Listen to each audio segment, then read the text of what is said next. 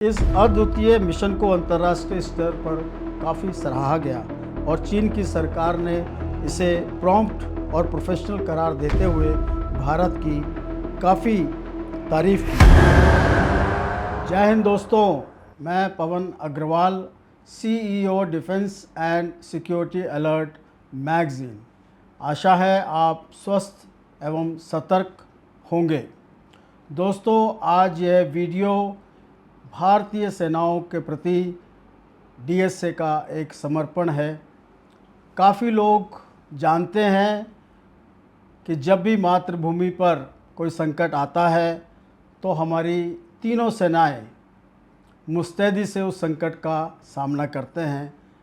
अभी हाल ही में हमने ऑपरेशन सिंदूर में देखा है। पर दोस्तों, क्या आप जानते हैं कि दुश्मन के छक्के छुड़ाने के अलावा भारतीय सेनाएं और भी बहुत कुछ करती हैं। आज विस्तार से मैं बताता हूं आपको कि भारतीय सेनाएं क्या क्या करने में सक्षम रही हैं और किस तरीके से वो सक्षम हैं और किस प्रकार का मानवीय दृष्टिकोण भारत की तीनों सेनाओं में रहा है और आगे भी रहेगा। दोस्तों, मानवता सर्वोपरि है। यद्यपि युद्ध होता है तो किसी संकट के कारण से, फिर भी भारतीय सेनाएं कभी भी अपने दुश्मनों को उस दृष्टिकोण से नहीं देखते हैं जिस दृष्टिकोण से दूसरे देश अपने दुश्मनों को देखते हैं। हम लोग सदैव मानवीय दृष्टिकोण अपनाते हैं। इसीलिए युद्ध के समय यदि दुश्मन के सिपाही या सैन्य अधिकारी गिरफ्तार किए जाते हैं तो उनके साथ बहुत ही मानवीय दृष्टिकोण से व्यवहार किया जाता है और यही मानवीय दृष्टिकोण हमारी सेनाओं का बहुत बड़ा संबल है। तो दोस्तों, मैं बताना चाहूँगा किस प्रकार से भारतीय सेनाओं ने न केवल अपने देश के बल्कि विदेश के लोगों की भी किस प्रकार से भारी मदद की है जब भी उन पर कोई किसी प्रकार का संकट आया है।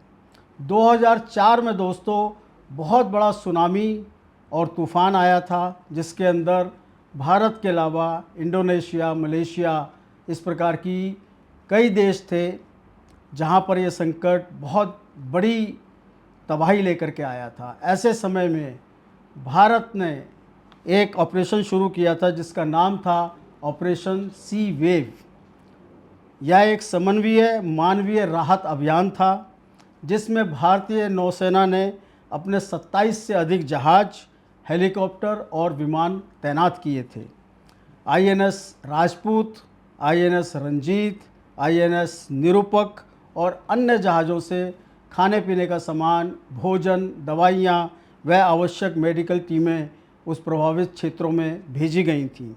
भारतीय वायुसेना ने तमिलनाडु के तटीय क्षेत्रों, अंडमान निकोबार द्वीप समूह के हजारों लोगों को उस समय रेस्क्यू किया था। यह पहली बार था जब भारत ने बहुदेशीय मानवीय राहत में अग्रणी भूमिका निभाई थी। इससे पहले कभी भी भारतीय सेनाओं ने इस प्रकार का कोई ऑपरेशन नहीं किया था और यह पूरी तरीके से समर्पित था मानवीय दृष्टिकोण को। 2014 में दोस्तों मालदीव में एक बड़ा भारी संकट आया था जिसमें पीने का पानी बिल्कुल भी अवेलेबल नहीं था।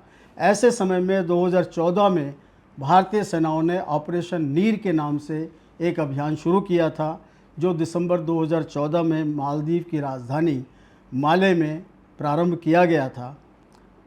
मालदीव में एक बहुत बड़ा जल संकट आया था जिसमें शहर का एकमात्र जो जल शोधक संयंत्र था उसमें बहुत बड़ी तकनीकी खराबी आ गई थी जिसके कारण से पीने का पानी वहाँ के लोगों को नहीं मिल पा रहा था। आप सोच सकते हैं कि यदि किसी व्यक्ति को प्यास लगे, उसे पानी ना मिले तब उसकी क्या हालत होगी। छोटे बच्चे, महिलाएं, बड़े बूढ़े जिस प्रकार के लोग वहाँ थे सभी प्यास से बहुत ज़्यादा प्रताड़ित थे और ऐसे समय में भारतीय सेनाओं ने अपना हाथ आगे बढ़ाया। भारतीय वायुसेना ने अपने C-17 ग्लोब मास्टर और IL-76 जैसे विशाल परिवहन विमानों से 10 लाख लीटर पीने का पानी मालदीव में लोगों को मुहैया कराया था। यह बहुत बड़ा योगदान था उस समय, क्योंकि कहीं से भी पानी पीने का उपलब्ध नहीं था। ऐसे समय में भारत ने जो 10 लाख लीटर पानी वहाँ भेजा, वह उस संकट से लोगों को उबारने में काफ़ी मदद मिली। और यह ऑपरेशन भारत की समुद्री और वायुसैनिक लॉजिस्टिक की दक्षता दिखाता है, बल्कि यह सिद्ध करता है कि भारत संकट की घड़ी में अपने पड़ोसियों के साथ है और मानवता के प्रति वही संवेदना वो अपने लोगों के साथ रखता है और विदेश के लोगों के लिए भी वही संवेदना उनके साथ रखते हैं। इसके बाद दोस्तों 2015 में नेपाल में बहुत बड़ा एक भूकंप आया था।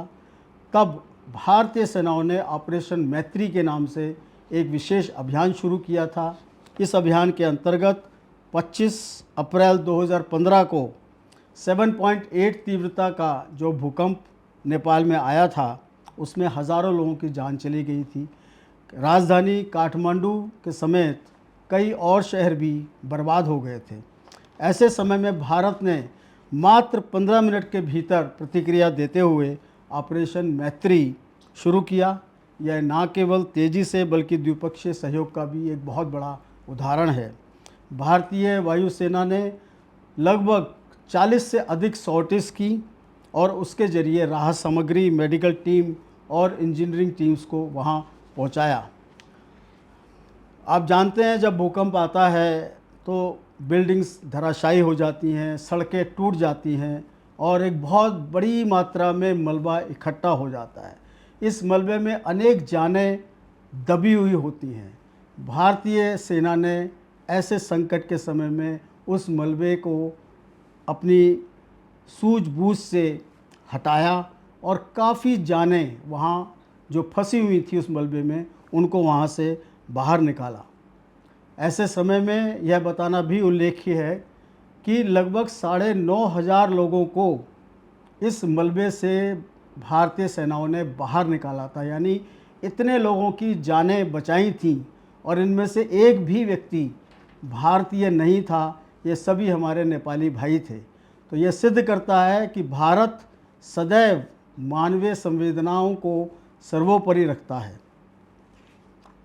इसके बाद दोस्तों 2015 में यमन नाम के देश में जिस प्रकार का संकट पैदा हुआ, और ऐसे संकट में जहां हज़ारों भारतीय और विदेशी लोग फंसे हुए थे, उस संकट के अंदर ऑपरेशन राहत के नाम से भारतीय सेनाओं ने एक ऑपरेशन शुरू किया। इसके अंतर्गत एक नॉन कॉम्बैट इवैक्यूएशन ऑपरेशन, जो आज भी उदाहरण के रूप में देखा जाता है, भारतीय वायुसेना ने यमन की राजधानी सना से 2900 लोगों को एयरलिफ्ट किया, जिसमें से अधिकांश को 18 विशेष उड़ानों के जरिए भारत भेजा गया। साथ ही भारतीय नौसेना के INS मुंबई, INS तरकश और INS सुमित्रा के ने यमन के विभिन्न बंदरगाहों अदन, अल खुदायदाह और अल मुकाला से 1670 लोगों को समुद्री मार्ग से भी सुरक्षित निकाला था। इस मिशन में कुल 4,500 से अधिक लोगों को बचाया गया, जिसमें दोस्तों 40 देशों से अधिक नागरिक थे। आप सोचिए, भारत का अपने नागरिकों के प्रति एक संवेदना होना स्वाभाविक है, परंतु यमन से 40 विभिन्न देशों के नागरिकों को संकट के समय से ऑपरेशन राहत के अंतर्गत निकाला गया था। और यह भारत की एक वैश्विक उत्तरदायित्व और लॉजिस्टिक क्षमता का एक शानदार उदाहरण रहा है। दोस्तों, आजकल हम सुनते हैं कि भारत देश में रोहिंग्याज शरणार्थी के रूप में आए हैं और देश में संकट उनके द्वारा उत्पन्न किया गया है। तो यहाँ यह बताना चाहूँगा दोस्तों कि 2017 में बांग्लादेश में जो रोहिंग्याज थे, जो शरणार्थी थे, उनको एक बहुत भारी संकट का सामना करना पड़ा। भारत ने मानवीय संवेदनाओं को सर्वोपरि रखते हुए 2017 में ऑपरेशन इंसानियत एक शुरू किया। म्यांमार के रखाइन प्रांत में उत्पन्न हुई हिंसा और जातीय संघर्ष के कारण लाखों रोहिंग्या मुसलमान शरण के लिए बांग्लादेश की सीमा में आ गए थे।